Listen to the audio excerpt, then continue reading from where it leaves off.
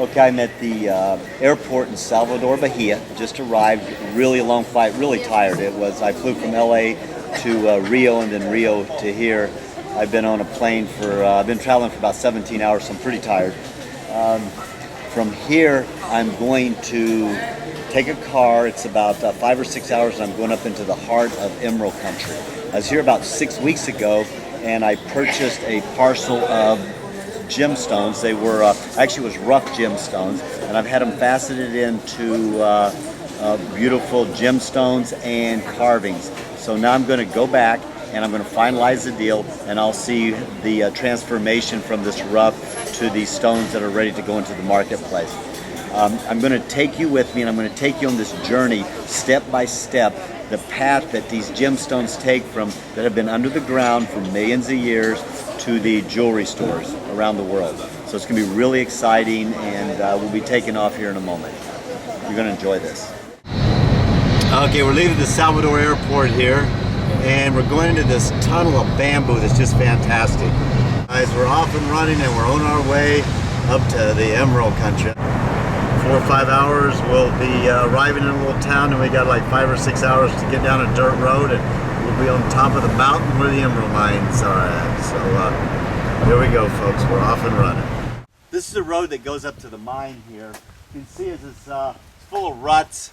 It's about 6 hours, 7 hours down this road. It depends. Now during the rainy season, there's times you can't even really pass this, so it's just unpassable. This thing just gets so bogged down in so many ruts and holes, it's just pretty much unpassable. There's not really any bandits working in this area right now. There are times whenever you'll get a group of bandits in here, and you won't be able to. It'll be too dangerous to pass here. They'll put rocks out in the middle of the road here. They'll jump out, and they'll either steal your emeralds or steal your bunnies. So, but mainly emeralds, because very few people come up to this area to buy. I mean, the people that do buy, there's Brazilians, but the only thing, pretty much the thing here that people are stealing are emeralds. Okay, you want to get a picture of this. Tirar umas fotos deste. Tirar fotos.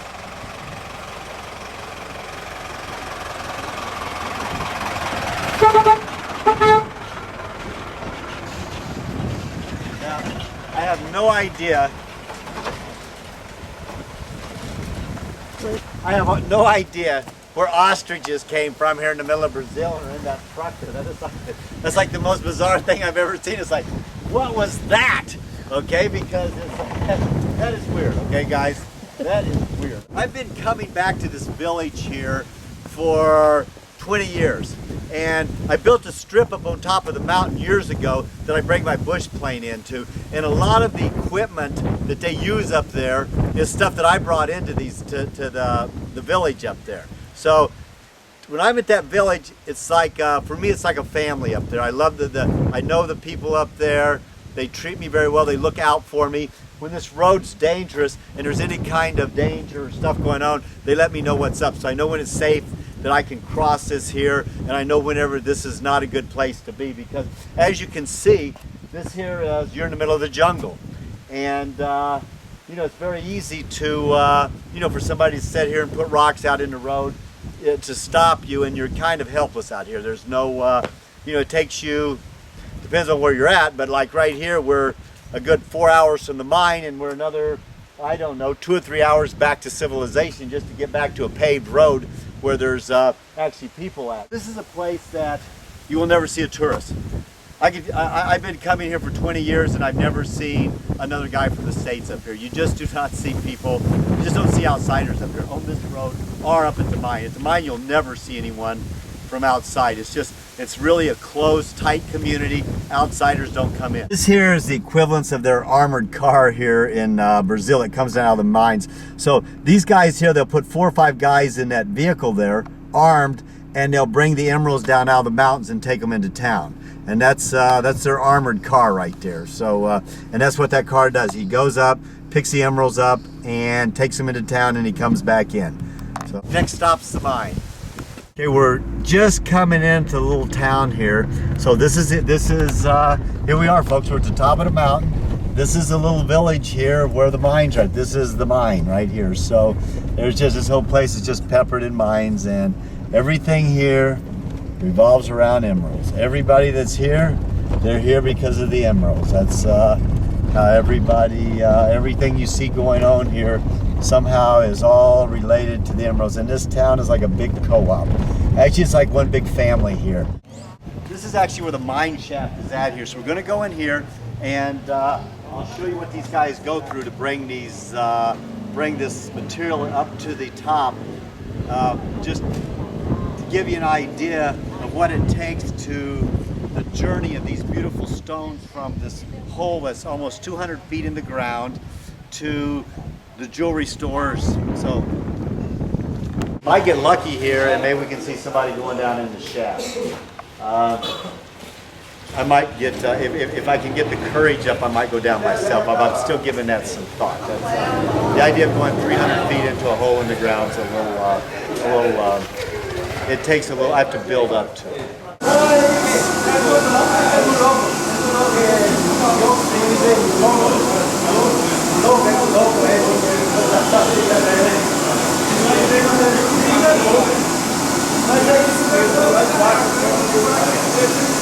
So I'm just working it out with you guys to make sure that when I'm ready to come back, that I can get back up, because I don't want to spend 10 hours back up. I want to go down and do a little filming so I can share this with you guys, and the world sees something that people have never really seen before, but I don't want to spend the whole day down there.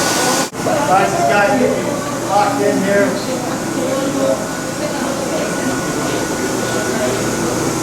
Okay, here we go. Step into the, get on the horse here. That's what they call it here, riding the horse. That's what you ride inside. You're going to ride the horse. Okay, ready to hit it down. So here we go. We're off and running.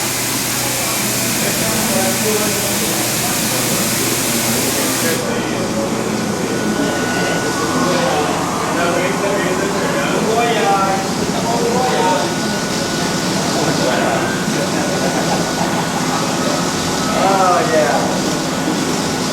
Only another 150 feet to go.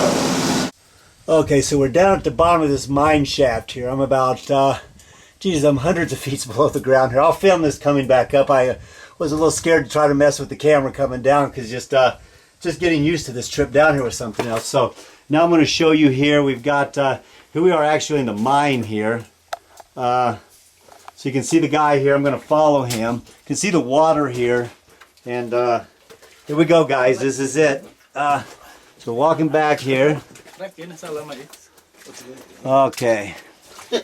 And this is what it's all about, guys. This is what it does. I'm bed down here, walking through here, and we're hundreds of feet below the ground in the mountains in Brazil, following these miners back here, and this is what they do every day. They come back here, and oh, here they got other holes. So you come back to this hole right here, and now they've got another hole that goes down even further here, and they've got another operator over here. So this is to really get down and dirty here. Wow. Okay, that one's real deep. So, well, they're all real deep. Okay, so these are the guys. This is the thing here. Okay, this is it. Okay, this is the hero. No, agora.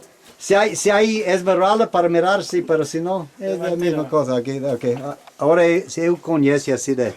Okay, so now we're in the middle of the mine here, and we're down. Now these guys are actually, I mean, they're going to go down probably 400 or 500 feet, because from here, now there's a new, from now here you get on another winch, and you're winched down the rest of the way. The thing is that where they're headed now is a lot of water.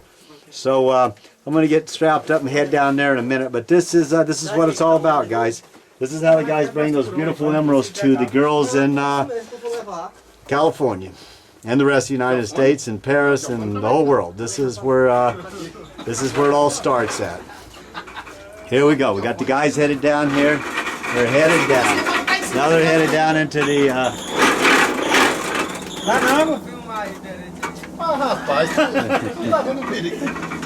they're headed down now. There we go. There we go. We're off down. We'll head down there.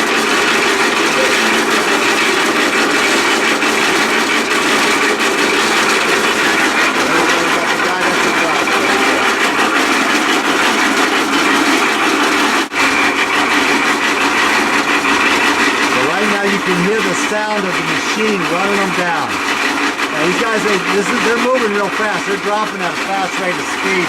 They're going down. I think the guy told me that they're going down from here another 180 feet from here down. They're already a couple of down, so they're a long ways out. That sounds like they've made it to the bottom here. The guy's got his little PVC tube radio that he's talking through, so they gave him the. So I guess they're down there. You can see the cable moving, so I guess they're getting ready to bring it back. Here it goes. It's coming back up. So they've gotten off of out of their little straps, and the cable's on its way back up again.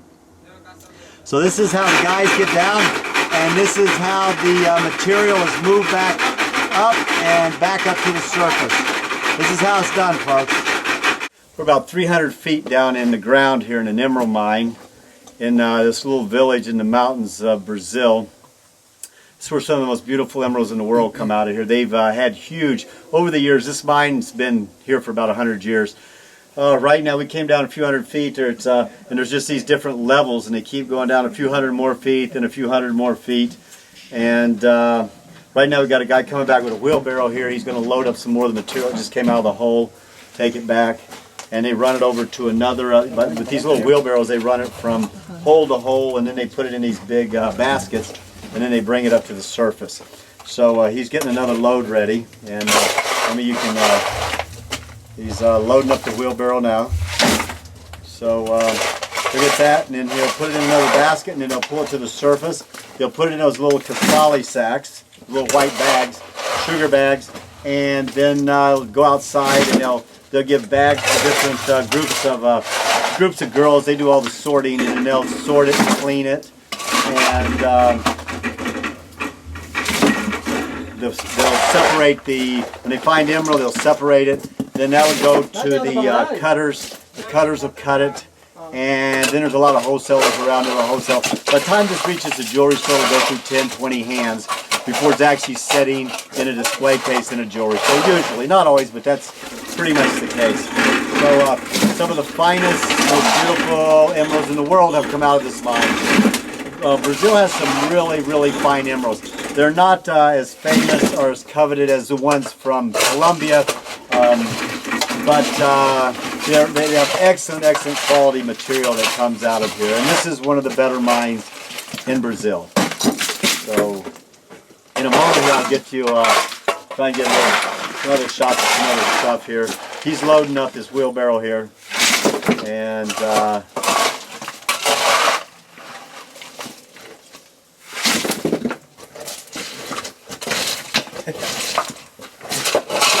it's amazing everything they go through to get these stones. I mean, people, when you're buying a ring, you'd never imagine or stop to think that, wow, this thing here came this 400 or 500 feet under the ground, solid rock, and some guys went down and pulled out. And this guy just found a, wow.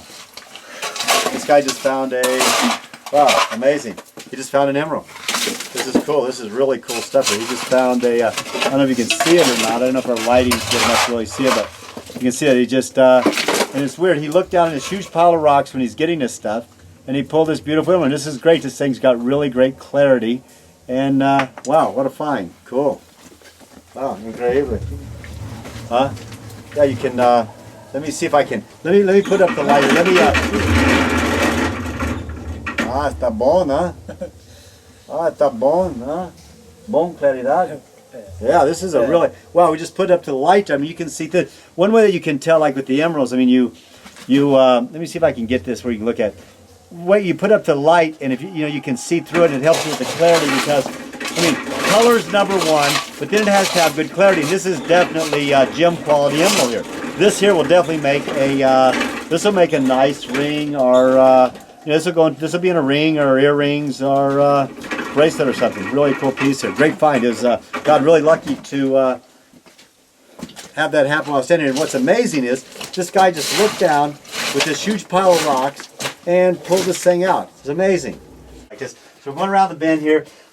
Here's our, right here's our, this here's our communication system right here. Here's our radio. So when we get ready to go up, we'll holler up through this, and the guys will have to bring me up through this plastic PVC here. So now we're headed over here to our next, coming up to our next section here. And this is where we're going to get pulled back up again here. So now I'm going to head back up again here. Okay, so here he comes to the camera. So I'm on here now. So we got this here. And I'm going to try and get, let's see if we get a little, here's what it looks like up the shaft here. So this time I'm going to get a little bit of, excuse all the movement of the camera here. I'll try and get, here's our buddy here. I'm going to try and get, film this thing coming out of here. So this ought to be exciting. So let's see what we got here. And I got my little redneck light on with my... Manda ele subindo que nós vamos. Vamos. Não que ele pode nem entender, diz ele que o cidadão não tem bom costume. Ok, estou pronto. Vai subir gente aí, viu? Vai dando toque devagar, Okay, he's... sabe e o bigode. He just told him to bring us up. Ok. Eu vou falar com ele agora. É pro bigode descer e botar logo a lâmpada aí. Pra poder o cara descer. Não, lâmpada aí, nada? Tá escura a cara.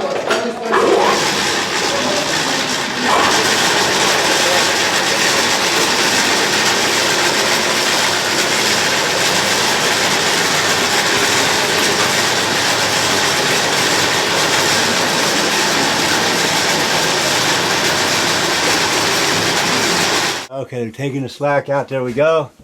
And here we go. So, got the slack out of this thing. Vai. Okay, so here we go. Vai dando toque devagarinho. Manda subir direto. Manda. Sobe. Pode subir. So here we go. They're hauling ass now. They're bringing us up at lightning speed here. So you can see the walls here. Yeah, kind of, not really, but just kind of give you an idea of what's going on here as we go up.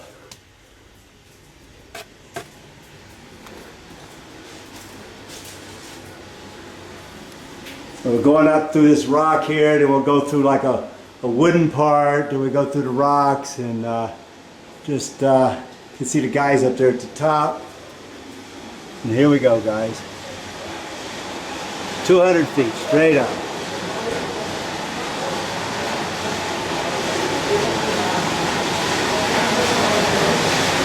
And we're getting ready to break through into some light here.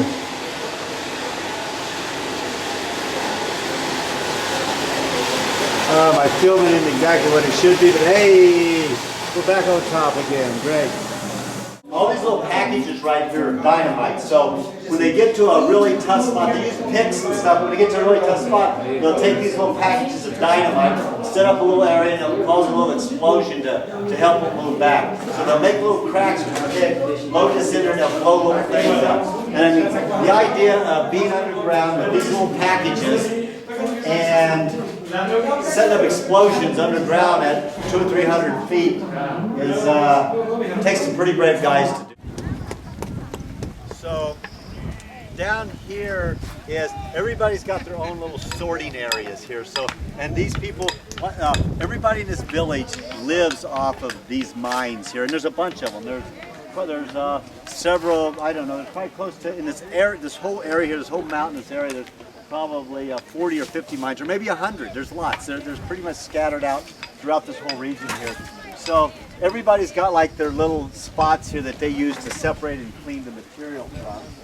Here we've got some girls over here that are sorting through the minerals. You can see her, she's breaking them up and putting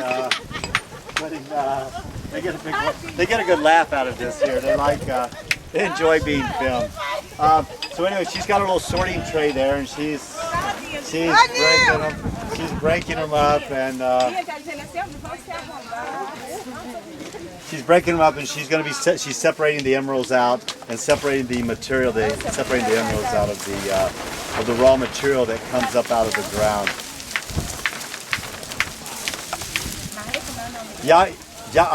Okay.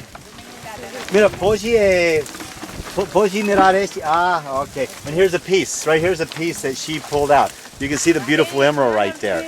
So that's what it's all about, guys. This is that's beautiful emerald. And you can see it has good transparency. This will actually make this will be in a ring somewhere. Somewhere in the next 6 or 8 months, this will be sitting in a jewelry store somewhere. So cool stuff. So we'll put it back in. This here is her.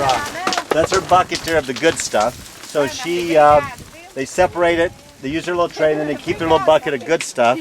And then at the end of the day, they turn it over to the mine owner, and they actually work on a percentage. So the more that they can separate, and the more that they get in that little black bucket there of the actual emerald, the more money they make. And when they find a really great stone, then they really get. Now right here she's washing it. You can see she's washing it out. This is how it starts out. You wash everything off of it.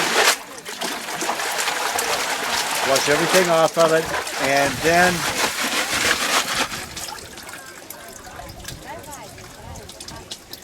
now they're going to. Now she'll take her little hammer, and she's going to start breaking it up and looking for little emeralds. And she has to go kind of easy. These girls have to know what they're doing, because see, she's throwing away. That's the pile. That stuff she's discarding. She can tell it's no good.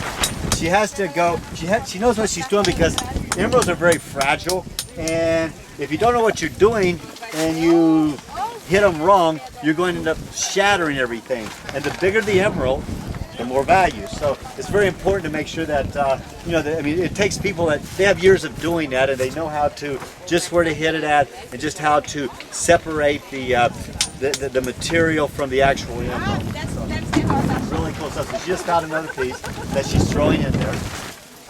So if you watch, she'll just see every now and then, there you go. She just found a nice little emerald there. And so she's separating it. Puedes mostrar a ella este. Puedes mostrar a ella este que lo que tiene aquí. Puedes mostrar a ella. So here's another one. You can see here's another piece right here.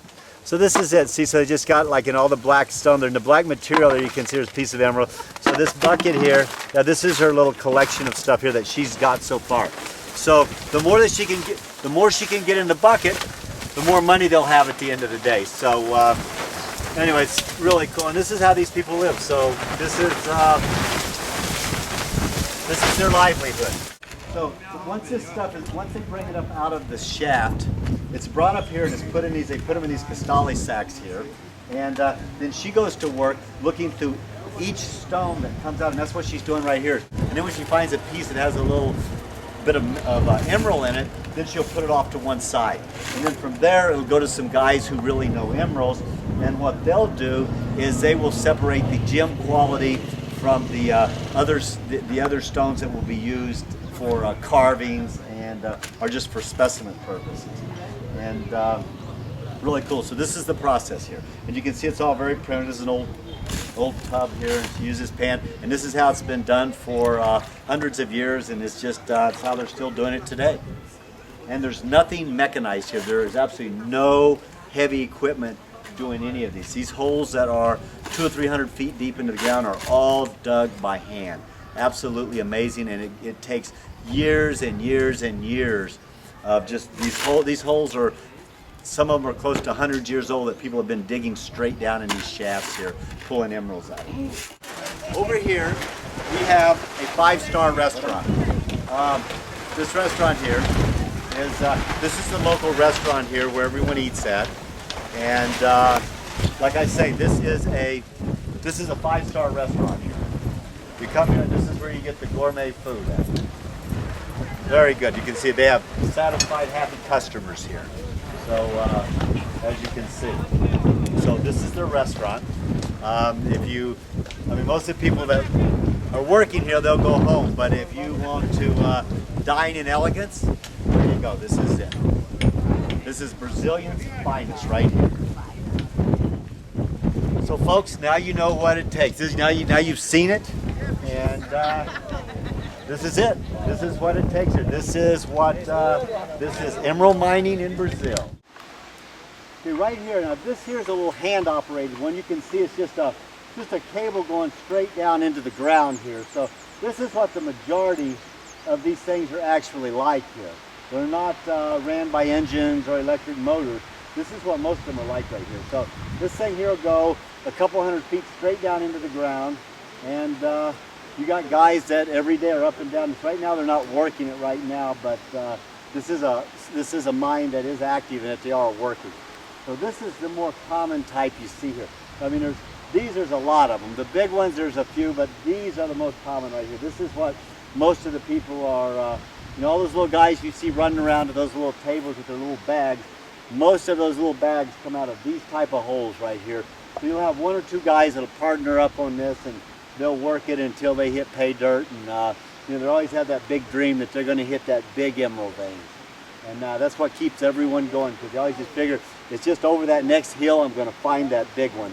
And that's what keeps everybody going here, because sometimes they'll go 6-8 months without making anything. So, so now we're going to go check out a few other little mines around here. But now you've seen it. This is you've seen for their what they consider high tech here, down to the way they've been doing it here for hundreds of years.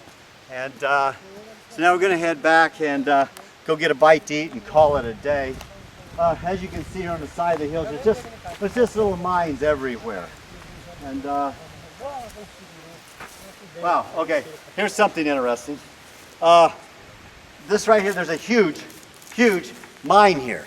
It's huge. There's nothing that says there's a mine here. If you fall in here, you're dead. I just walked within a few inches of this thing right here. And it's just, this area is peppered. You can hear it echoing. Hello? Hello? Hey! Hello! I mean, that's right here in the ground, camouflaged. And it's just amazing. Let me get you got to be careful here, because the ground around it might be unstable. I'm going to drop a rock in there and see if we've got, just see if we can. This just shows the danger of even just walking around up here. So I'm going to drop this rock in here, and that's a long ways, guys. Let me do another one. That's pretty interesting here. We got a little bigger one, and yeah, this is pretty interesting, guys. I want you to listen to this. Just I want my camera guy to get a shot of this. So here we go. Look at this. This is all, this hole, you can't even see it. I mean, if you were spacing out a little bit, it'd be history. You'd never want to walk right here at nighttime. So just listen to this, and this will give you an idea of just how deep this hole is.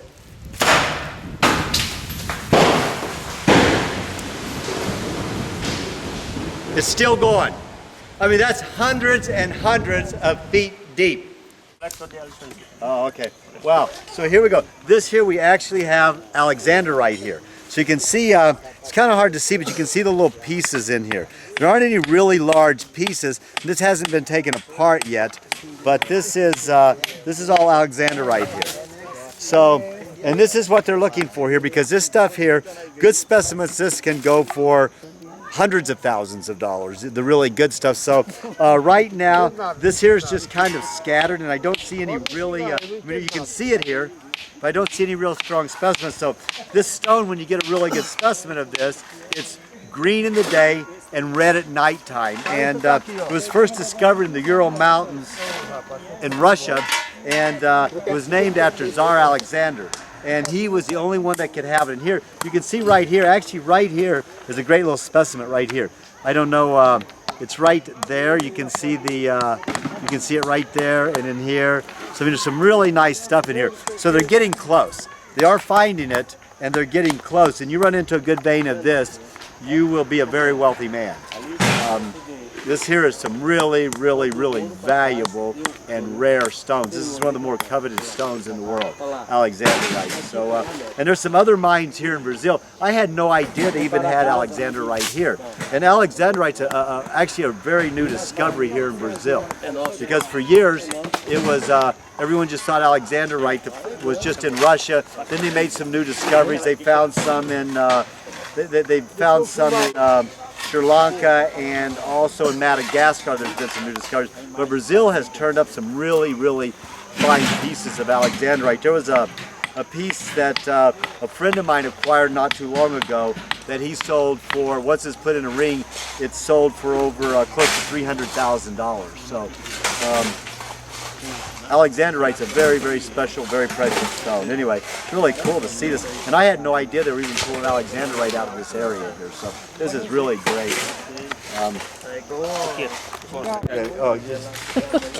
Yeah, we almost lost the cameraman there. If we get out of here without someone falling in a 200-foot hole, falling off a cliff, or getting in a mudslide or something, it'll be a miracle, I tell you. Or getting hit, or getting kidnapped by the bandits, or I don't know. There'll be something else if we make it out of here without any incident. So far, we've been good. We've had some close calls, but so far we're still intact. So here's some other stuff here. It's really cool. You can see the formation. It's like really cool, the habit of this stuff here. Really, really cool. This is just really, really neat stuff here. So you can see it in here. We just don't really have the big specimens that they're going to make into jewelry. But what this tells them is that they're on the trail and they're getting close. So it's just, you know, you find these little pieces and you just keep following and searching, and you'll go in one direction, and if you don't find any more of this, then you turn back, head in the other direction, you just keep following these. These are like little clues here until you reach the mother lode, where the really nice pieces of alexandrite that command hundreds of thousands of dollars. So this is it, but this is really, really cool. So right now, what they're doing is just a lot of exploration, but they're on the trail. They're close because there's a lot of nice alexandrite in this, so they are close. You never know. This could be the next big alexandrite discovery right here. This right here is my airstrip. This is where I bring my plane in. I have a 182 or a 206 that I usually bring into here, depending. The 206 has big cargo doors, so I use that. If I'm bringing up some materials or stuff for guys that they need up here, I'll come in my 206. That way I can get I can put a lot in there because I got two big old doors that open up. Or either my 182. I like bringing my 182 in here a little better because I need less runway. And as you can see, it's a little rugged. You get bounced around a little bit, but that's not a problem. You got from where those little bushes are right there, I just roll it back. I got to those trees there. I've got me a good I don't know, 800, 1,000 feet here. So I'm in. This is good. A little rough. I haven't been in here a while, and it's with the rain and stuff. I have to get back in here, and if I was going to come in here, I'd spend an hour in here and throw some rocks and make sure that there's a couple little bushes that have popped up since the last time I came in here. But this is my strip. I've been coming in and out of this spot right here for the last 20 years. This is This is Ben's Airport here on top of the mountain. There's the little town there. That's the town where the mines are at. And I'm going to show you some of the mines and stuff, but this is my airport. These are all emeralds that have come out of that mine there. So they're set up in this town. There's little tables and all these little, in front of these little shops here. And this is it right here, guys. This is the emerald still attached to the stones that they pulled out of the mine. So the little ladies that are cleaning up there, they'll separate it, and then these guys, they'll clean it up and they'll bring it down, they'll put it in these little trays, and then this is where they sell them. And this is where the first, the first transaction negotiation starts right here. So these are the first ones. A really, really big emerald right here.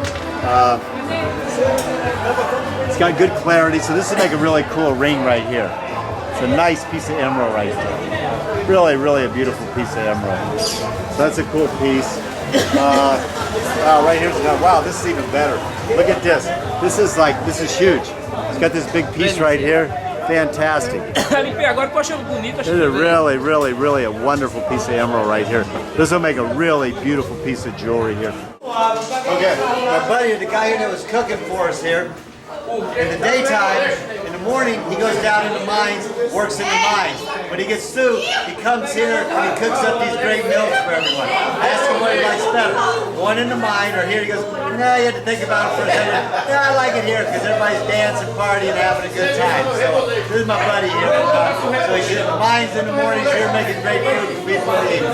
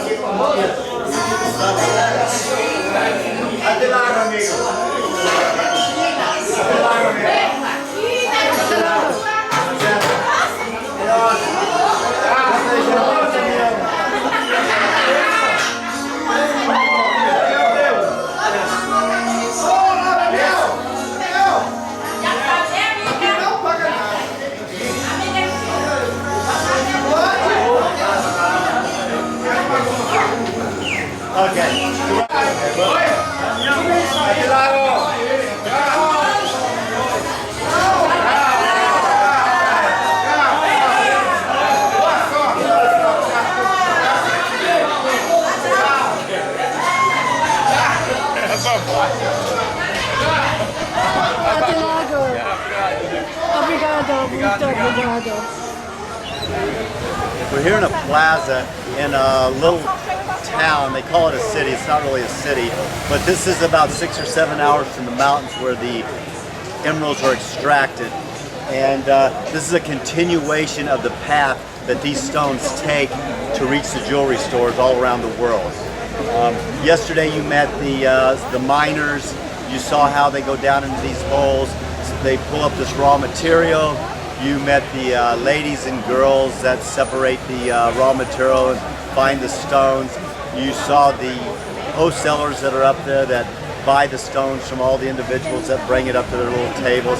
Now you get to see where the continuation of where it ends up at here, and this is a main distribution center here. Now it's pretty much this is all Brazilians here that do the buying here.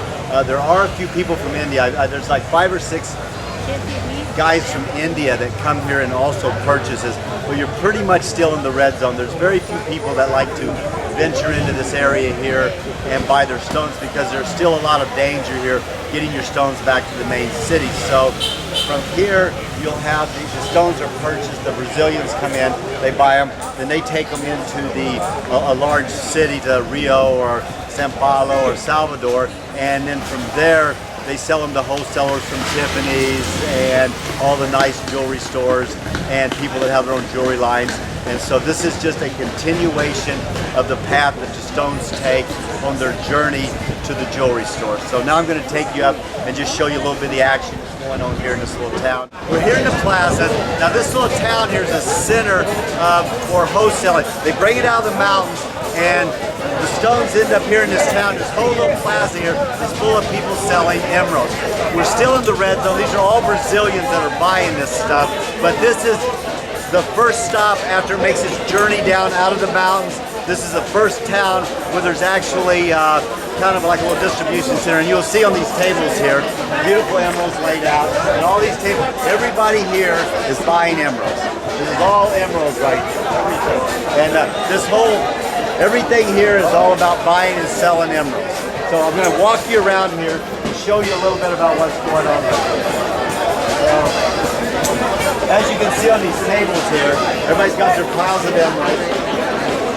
And there's different qualities, different prices.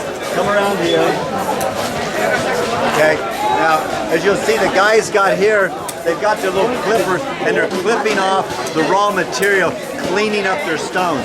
You can see he's got the little tool in his hand and he's going to clip it to get kind of some of the raw material off the stone. So it's got, and he looks at it and he'll separate and put it in different piles. Okay, so let me see this guy here. Here's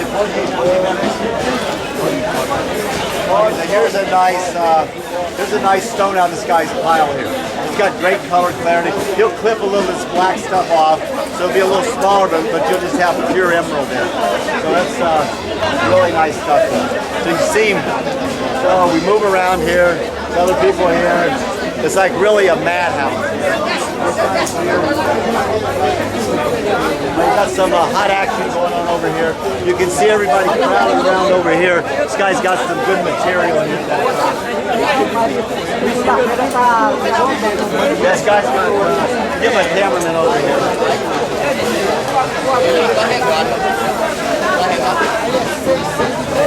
Okay, so you can see here, this guy's got, come over here.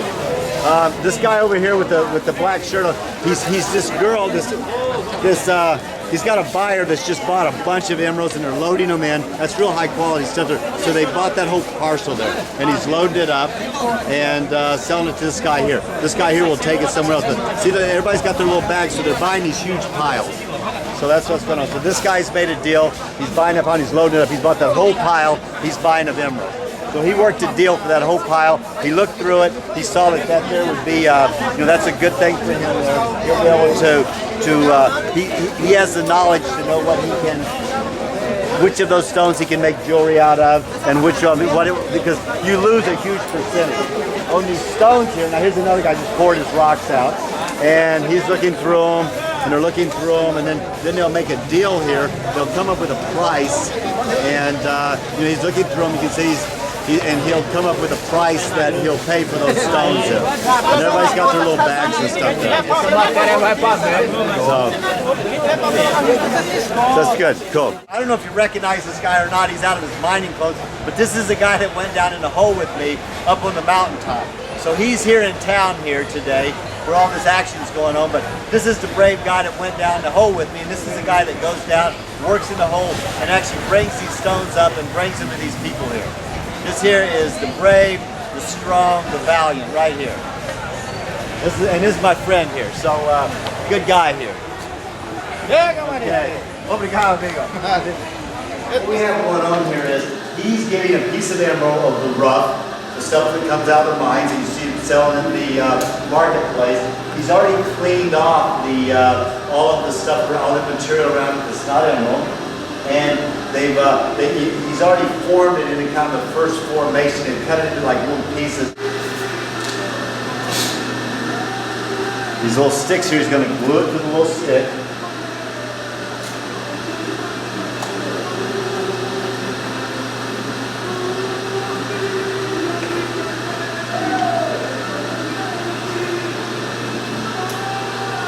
It's got a little heater there, he heats it up so that it sticks good. He's heating it up, heating the glue up.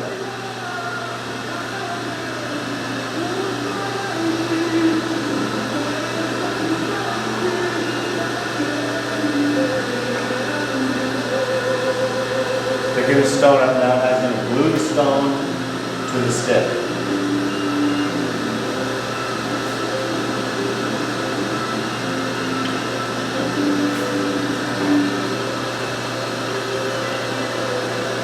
This guy here is one of the best guys in Brazil for faceting stones. Some of his material, some of the finest comes out of Brazil. This guy is really, really an artist.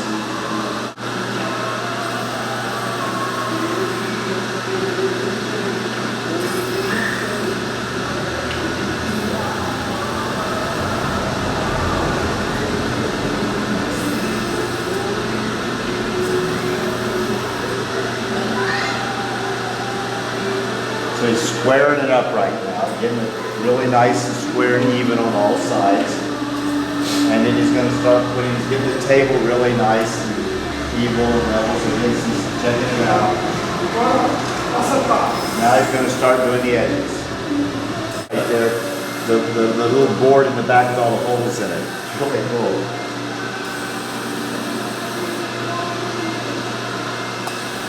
Well, you can already see it starting to already come out. It's like, it's already starting to look like a faceted stone. It's something else.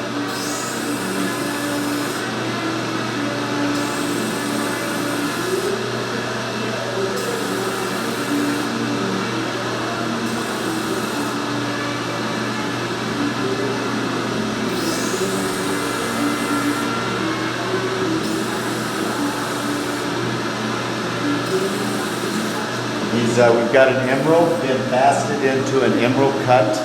That's the name of this shape, the style right here. It's called the emerald cut. Okay, okay. Here we go, folks. This here is, there it is, done.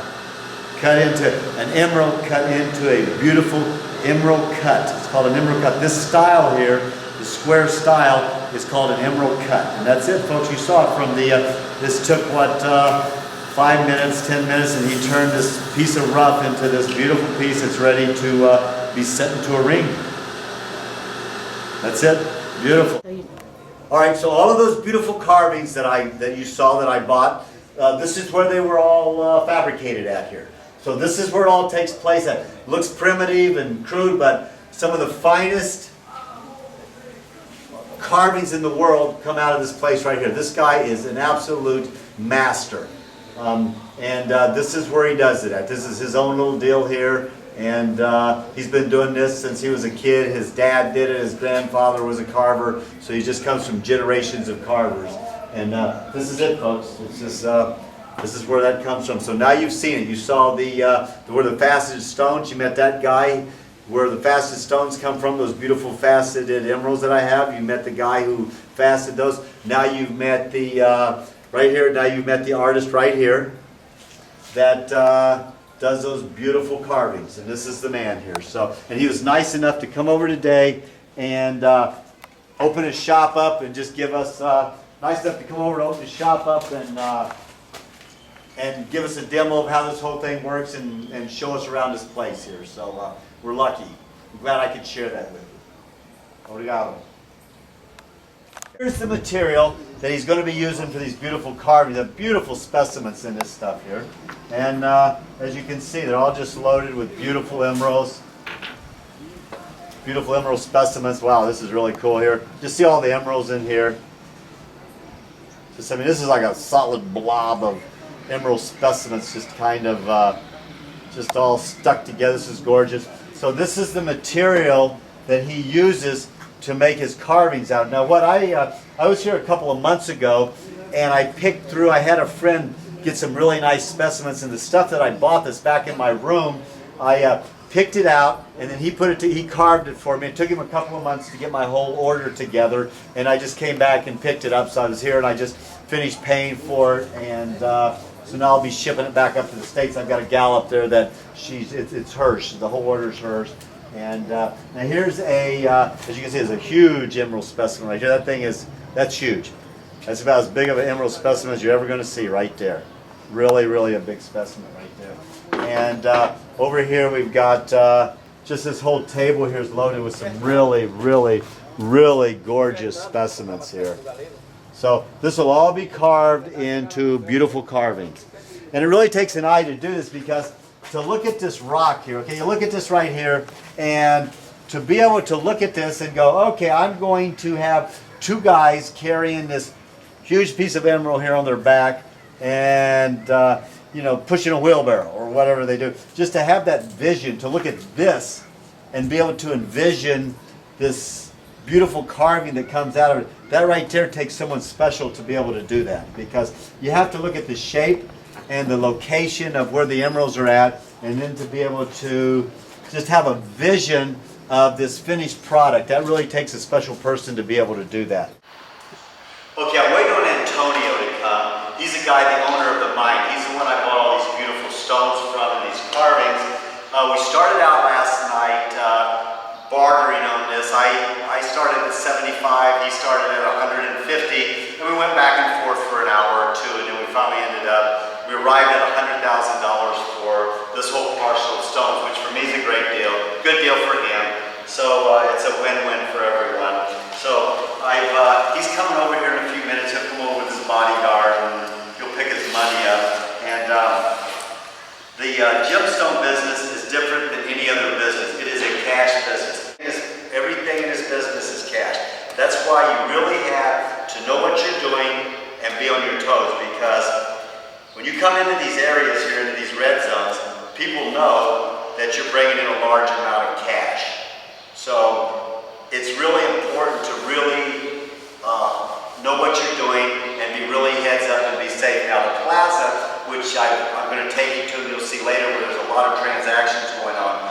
You go wandering in with your satchel there, and you could easily get into trouble there. So it's you have to really be on your toes there. So this is it, folks. It is a cash business, and like I say, it's no credit cards in this business, no checks, and it's been like that from the beginning of time. And pretty much just here in the red zone, close to the mines, it's all cash here. But even in places like Los Angeles and New York, Paris, it's still cash. There's still millions of dollars exchanging hands in these jewelry exchanges in downtown Los Angeles, because it is a cash business. Anyway, that's in a few moments here you'll meet Antonio. I just wanted to just kind of share that with you before they got here.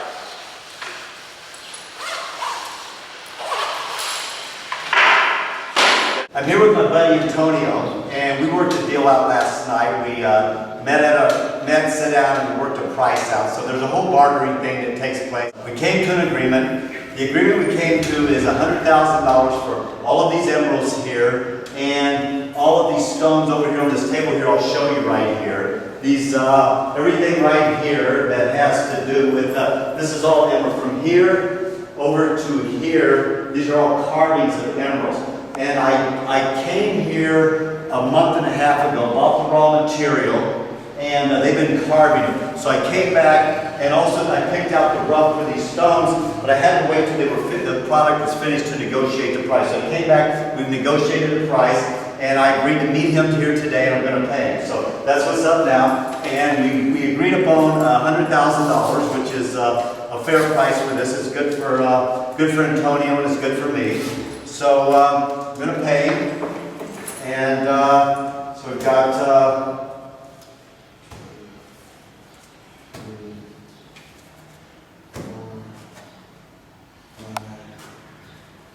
6, 7, got 8. This guy owns the mine. All this stuff came from his mine. And he's not real big on having this on camera. He was kind of really apprehensive about coming over here and being filmed, but I talked him into it because he definitely does not like to be filmed. I promised him that this thing's not going to be going out on TV so that there's not a, you know, so he doesn't want to get well known because there's a problem here with owners of mines, you know, being picked up, and just there's a lot of stuff. You can see the guy, he's got his bodyguard here with him that takes care of everything, make sure everything works out okay. So anyway, there's you guys' money, and anyways, there's 2, 3, 4, 5, 6, 7, 8, 9, 10. So this was a win-win for everyone. When we started negotiating this, he wanted 150. I started at 75. He knew that I wasn't going to pay 150, and I knew he wasn't going to accept 75. So we went back and forth. But anyway, this is where we ended up at. Like I say, he was a little apprehensive getting him here, but I got him here. He's a great guy, and he's really a super guy. And he's got the best material here in this whole area. He is the man. So anyway, we'll say goodbye, and that's it. He's paid up. This is my stuff. I'll be taking this back to the States, and I'm going to walk around with you after they leave, and I want to show you each of these pieces that I bought from him, just to show you how special, because this is the best of the best. His stuff is the finest. Okay. Okay. Obrigado. Obrigado. This here is my lab. It's a mini lab. I take it to the field with me. It has all my equipment in it. So this here is, I keep it, this is backpack. I've had this backpack forever, and this is how I carry this. Is when I go into the field, if I'm going somewhere where I might need to be testing something, or I'm meeting some new people, or I'm working with, you know, just some new areas, and there's a possibility that I need to check, that I really need to look a little deeper into the quality of the stones, then this, I bring this with me here. So it's a pretty complete lab. It actually has everything that you can find in a laboratory for testing gemstones. It's very complete. This thing's been all over the world. Então, mostrar minha mercadoria boa, primeira, qualidade boa, preço bom.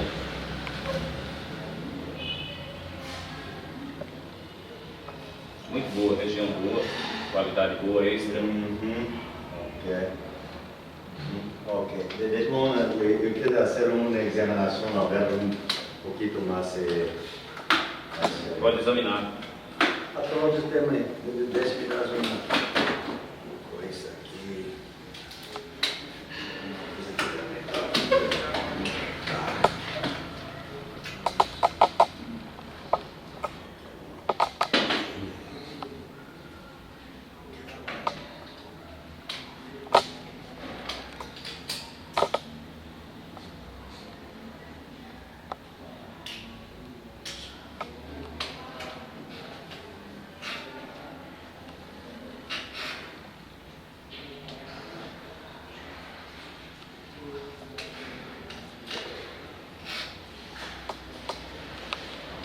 Qualidade boa.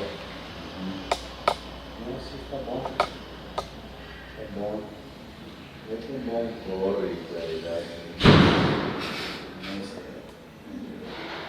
Natural, sem tratamento.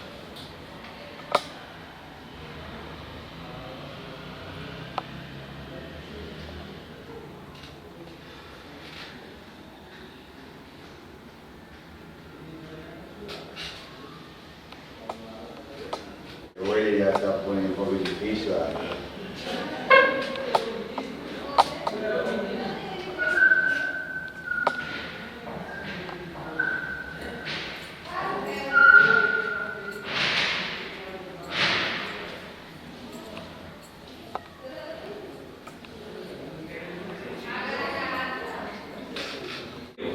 Bueno, sí, entendí, pero déjeme pensar un poquito en eso porque quiero pensar un poco en eso y vamos a poner un buen precio y palabras de precio. Okay, en ese momento, mais tarde, deixe-me pensar nisso e mais tarde se você voltou e Posso vamos deixar falar lacrado disso. então para você? Não, pero mais tarde vamos a falar de todo isso, ok? Então, Ok. Então mais tarde, mira, vai chamar mais tarde, ok? Ok. Mas está muito bonito todo isso. Está muito bonito. Ok. Obrigado. Obrigado. Ok. Até lá. Tá bom? Okay, what just happened there? The guys left, now they're gone. What happened is I ran into this guy and he showed me this stone, but I ran into him through, he knows some people that I know, so I just I wouldn't start a contact like this with someone that at least didn't know someone that I knew. But the stone he had was beautiful. He had a beautiful green emerald with perfect clarity, and the color was fantastic. It was more of a green from the Colombia, the Musulman, than a Brazilian emerald. I mean, so, but you do see those here. They're rare, but you do see that quality of stone, but it's extremely rare. So I was interested, and I wanted to check it out further, but I needed to really look into it. I really wanted to check it out because I was a little suspicious, a little bit of a red flag for me because it was just a little too nice for this area. It's really rare to see something like that because usually something that nice, the owners of the mines will put it aside and they have special clients they sell that to, and I'm one of the clients that do that. So for someone that's not an owner of a mine to have that quality is really rare. I mean, sometimes the miners will pull something, stick it in their pocket and bring it up, and it'll get off to the side, and every now and then you will find a real score like that, but it's rare. So I had the guy come over, and he had 4 really nice emeralds. He had, and 3 of them were the real deal, and I could see that just by looking through my dark field loop here, this little tool right here. I was able to identify 3 of them here as being, I could tell those were natural, because I was able to look through this, and what this does is the dark field really makes you see inside of it, and you see all the inclusions and the fractures, so it makes it it was easy for me to identify those as natural. The 4th one, the one that I really liked, when I put it in here, I wasn't able to see anything. It's just super clean, and I could see a few things going on, but I couldn't see any natural inclusions that would say, yes, this is a natural stone. So I wanted to go a little further and look through the microscope, even though I had already, so now I'm starting to get suspicious that this stone may not be a natural.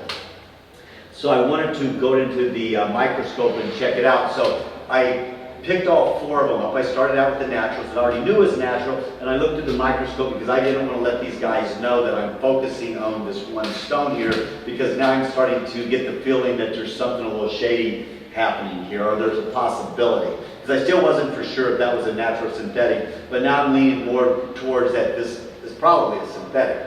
So I examined them, and I went through putting a little show on the first 3, and then when I got the last one, the one I really had interest in, the one that if it was what it looks like it is, would be worth thousands of dollars. I don't know, $10,000, $15,000 here, and in the States in a ring, $25,000, $30,000. Beautiful, beautiful emerald. So when I got into that, first in the microscope, it took me a moment, because it took me a moment to find it. First of all, I'm looking and there's no natural inclusions in there. So that right there is kind of, that right there is a little bit of, I'm trying to think, this thing's either really, really a super fine or this is a synthetic.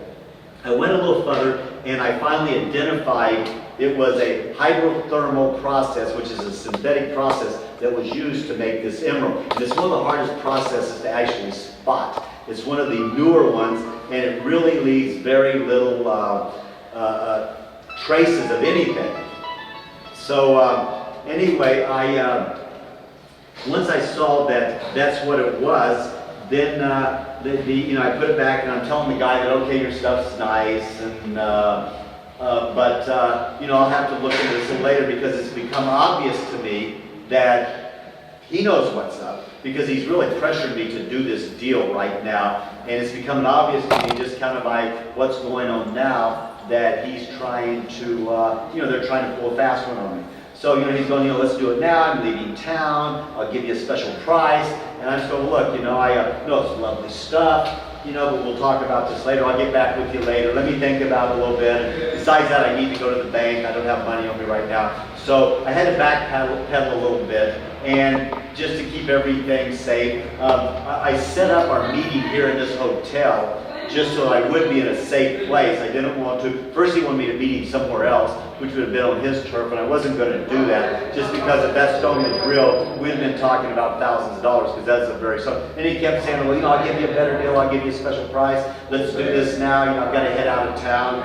But, so anyway, so he finally left. I said, I'll call you later, and that's it. So that's what's happening now in the gym world. And even right by the mine, you're seeing synthetics. And years ago, that never happened. You just would never see that. So that's why it's important now.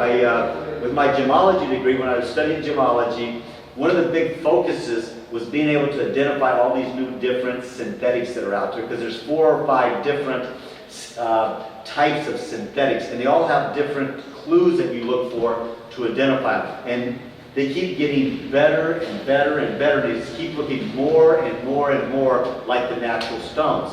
So it's really important to know what's up. That guy that just left, he will sell that stone to someone. Someone will, here in this plaza, someone will look at it, they'll freak out, and he will sell it. So it will get sold. So anyway, that's one of the new dangers in the business. It's the guy's not robbing you with a gun, but he's robbing you. And there's a lot of people getting robbed by trickery with this, and that's one of the biggest problems right now with in the gym. Okay, I'm going to show you my lab here that I take into the field. This is a really, really complete lab. It has everything. So I can do the same thing in the field with this lab that if you take it to a laboratory. So if you take your stone into a jewelry store to get it appraised or something, I have every piece of equipment in here that they have in the jewelry store. So I'm going to open this up and just kind of show you what I got here and how some of this stuff works here, because this is pretty cool stuff here. So I'm going to take this aquamarine specimen here. That's the largest I've ever seen. It looks like I got hit with a dose of radiation here. I'm going to take that and I'm going to use that as my table here. Set my lab up on it. See if that's okay. There we go. So hey, they even got me a little table, a little chair here. I mean, how many guys get to have a aquamarine table and chair set? That's something else. We're going to give you a... So here it is, folks. This is my mini lab here. So now, first thing I want to show you here, this here, oops, let me get her balanced up here. Okay, there we go. This right here, you can see it's a GIA instrument. This right here is called a dark field loop. This here is a fantastic tool here. It's real easy. Stick this in your pocket and carry it into the field. Now this tool here, as you can see, is a flashlight, and then you've got a loop here, which is a magnifier, and then you got a pair of tweezers here. The way this works is you put the loop onto the flashlight, turn it on, and when you go into a jewelry store, you see someone working with diamonds, you always see the guy with a little loop looking at the diamond. And you can see into it, but you really can't get into it and see to really make the inclusion stand out, and that's what you're looking for. You're looking inside the stone to see what inclusions are in there, other minerals that aren't the same as the stone.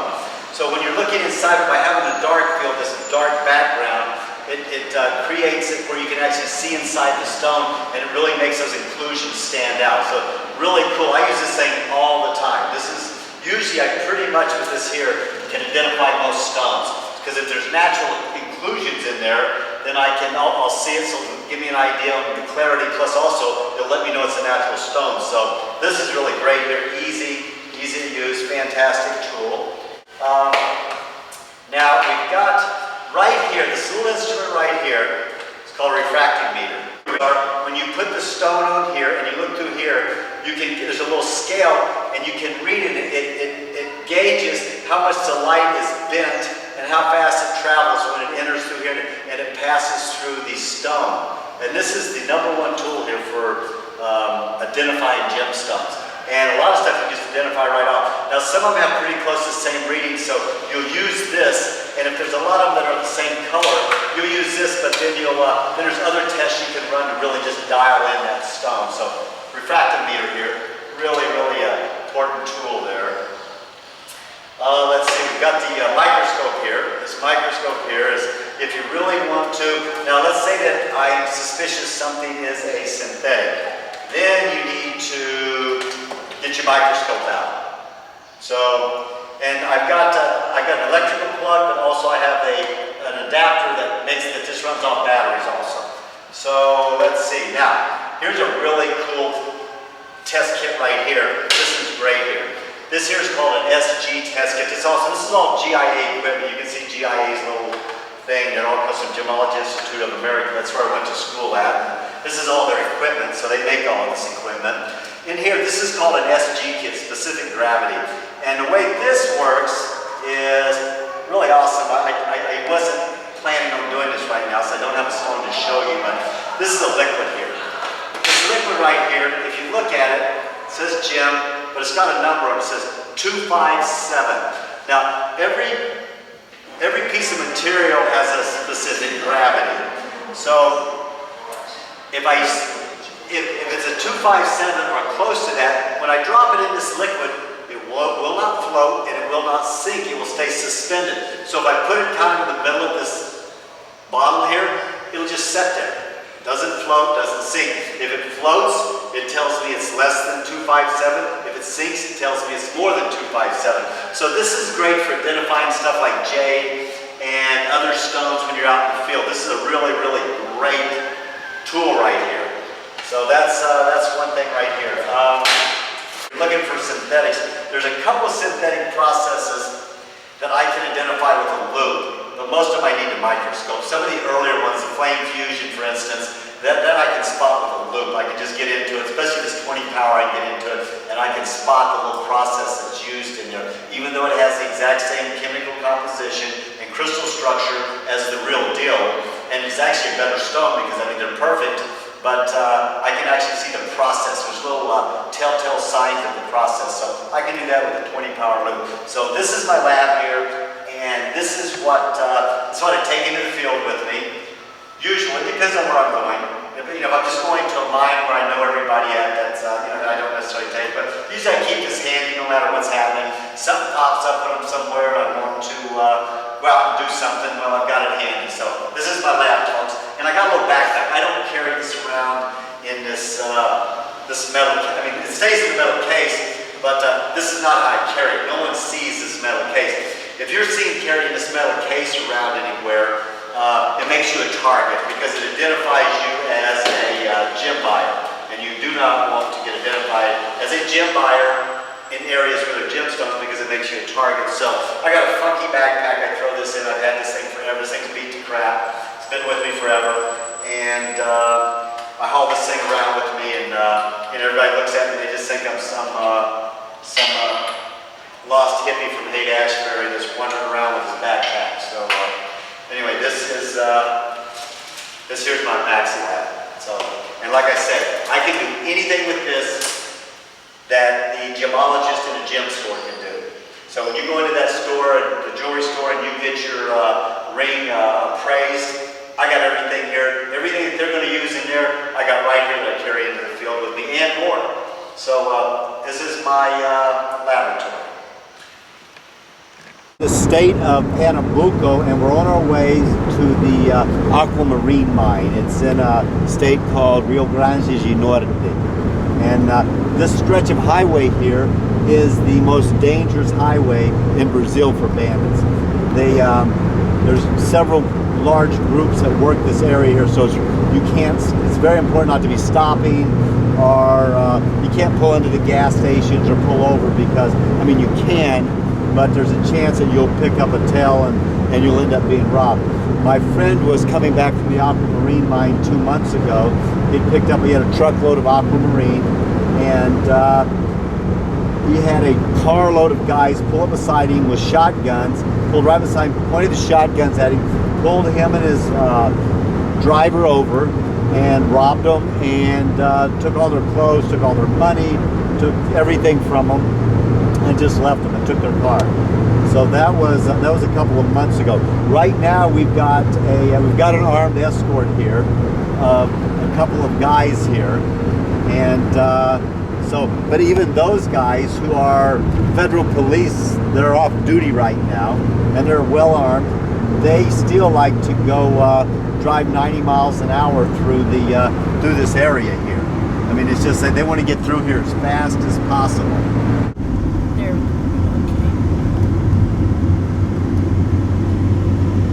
And what they do here on these back roads is they'll pull up beside you with guns and pull you over, or sometimes they'll just put big rocks out in the middle of the road where you'll have to pull over, and then they'll jump out of the bushes and assault you.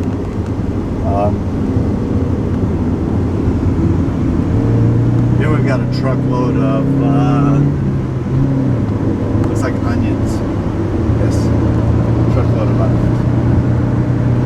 So one thing here, whenever you're driving down these roads here, any car that gets behind you and starts following your truck with guys in it, you have to really be heads up and just really, because you never know, is this a group that's going to assault you, or is this somebody that's following you so that they can get on their radio and call someone up ahead and go, hey, we've got some guys coming, and they throw something out in the middle of the road, or they'll block it with a car or something. So you really, you really have to stay heads up on these roads here.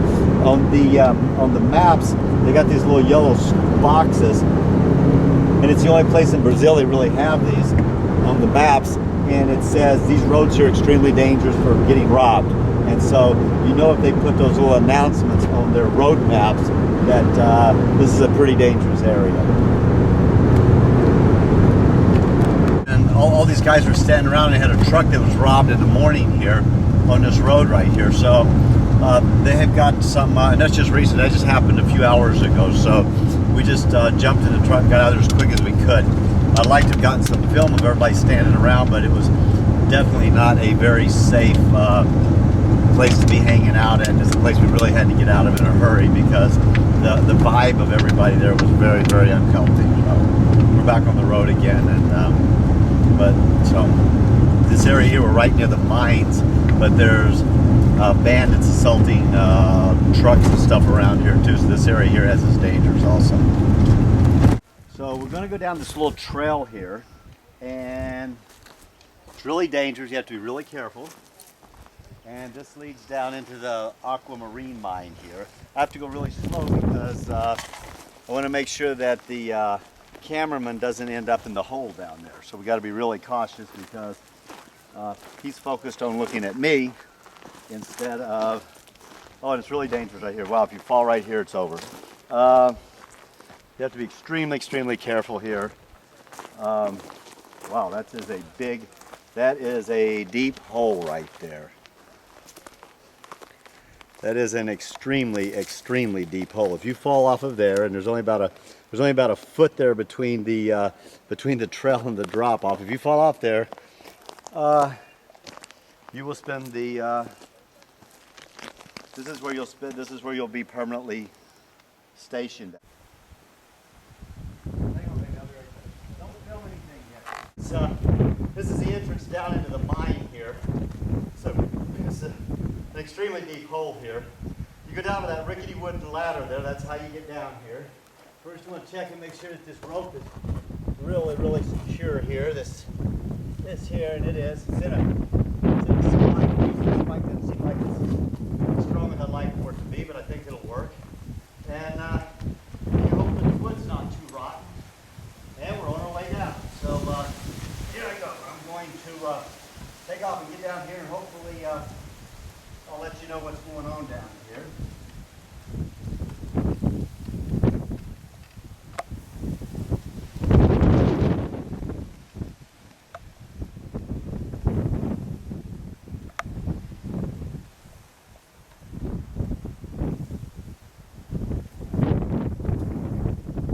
This is what the workers have to do every day to get down into here. You come here, and you sit down this rickety old ladder, come into this hole here, and they go to work. They spend 8 or 10 hours in here working on the walls of this mine here, and that's what it takes to get our beautiful aquamarine. Now I'm just going to reach over here, grab my other rope, and go ahead and finish the rest of this trip off here. Head on down.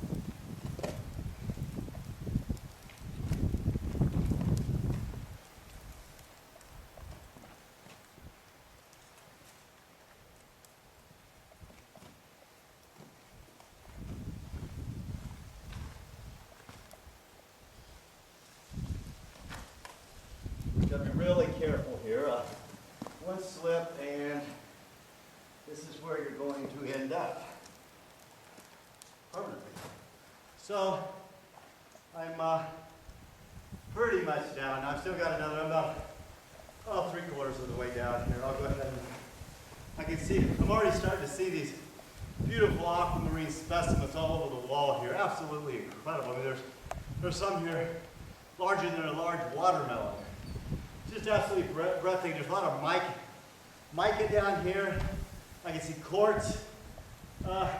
It's incredible. It's just this rich, vast deposit of just beautiful minerals. This is, it's just incredible to think that these beautiful minerals have been hidden from the world for millions and millions and millions of years, and now they've been discovered and they've been taken out, and just these will end up in a jewelry store or some lady's a ring, necklace, earrings. It's just absolutely incredible, the journey of these stones from these holes in the ground to the jewelry store. It's just absolutely fascinating. Now you can see there's huge aquamarine specimens in these cliffs here. In a minute I'm gonna try to get the camera down here to show you. It's just absolutely gorgeous. I mean, they're like this big here. They're still in the wall here. Absolutely incredible. This is something else. Now we're going to go a little further into go a little further back into the mines here, and I'm going to go up and get the camera, bring it down, and share some of these beautiful specimens that are actually still inside here with you in a moment. But it's going to take a little while to put all that together. So right now I'm going to go back into here. I don't know how far the camera will be able to follow me. I don't really want to bring my cameraman into here because it's really risky getting down there, and I'm not going to risk someone else. It's okay. I get paid to take chances. The cameraman doesn't. So anyway, I'm going to, I don't know how far the cameraman will be able to stay with me. We'll see what we've got.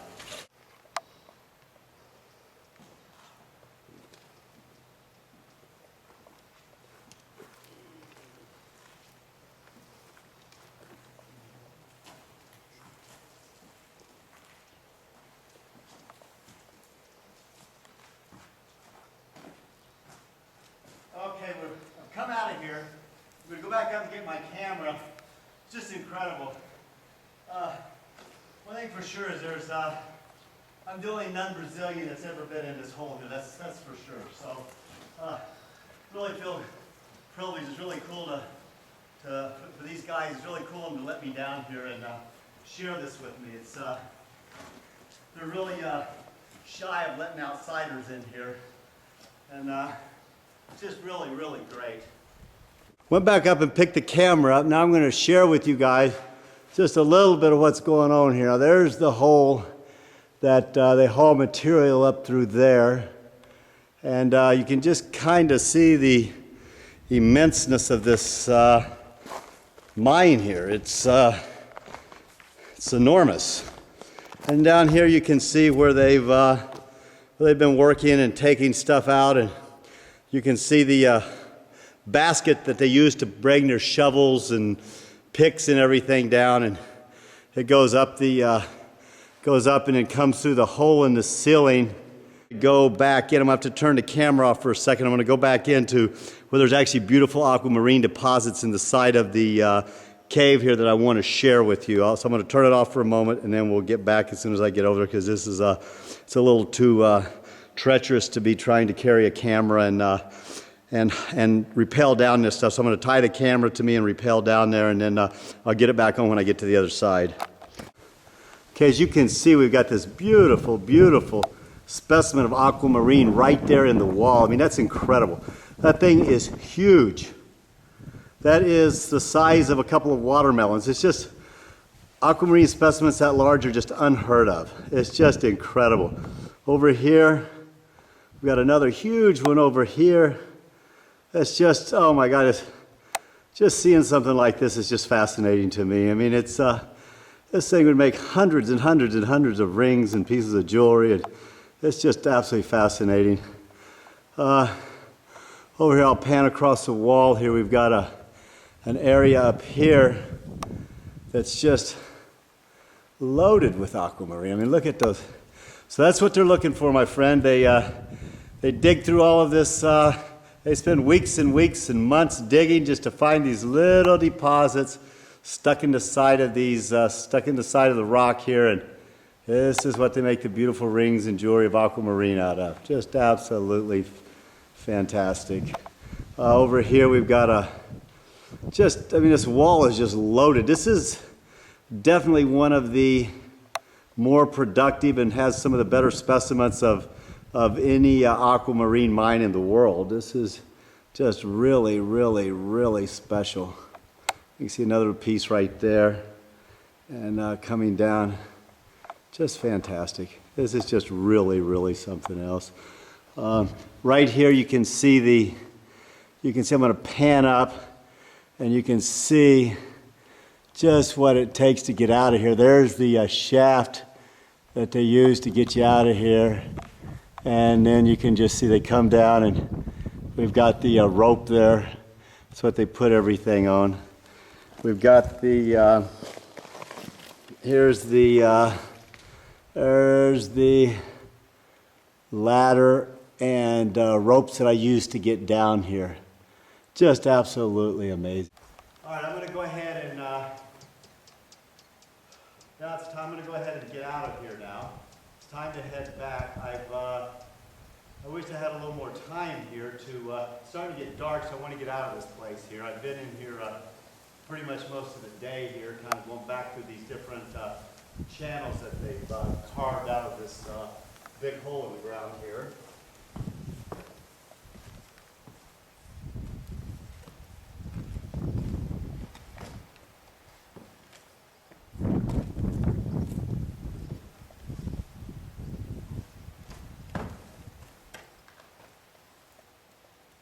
Just always hope that those spikes that they've got up there that's holding this rope is put in the ground well, because these ladders are extremely, extremely rickety.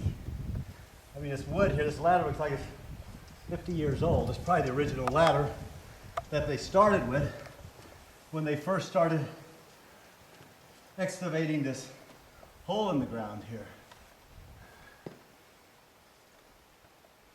So, just take it nice and easy.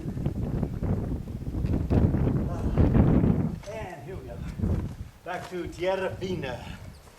Okay, well that was a definitely exciting experience. I'm glad I could share that with everyone. Oh, now back to the real world.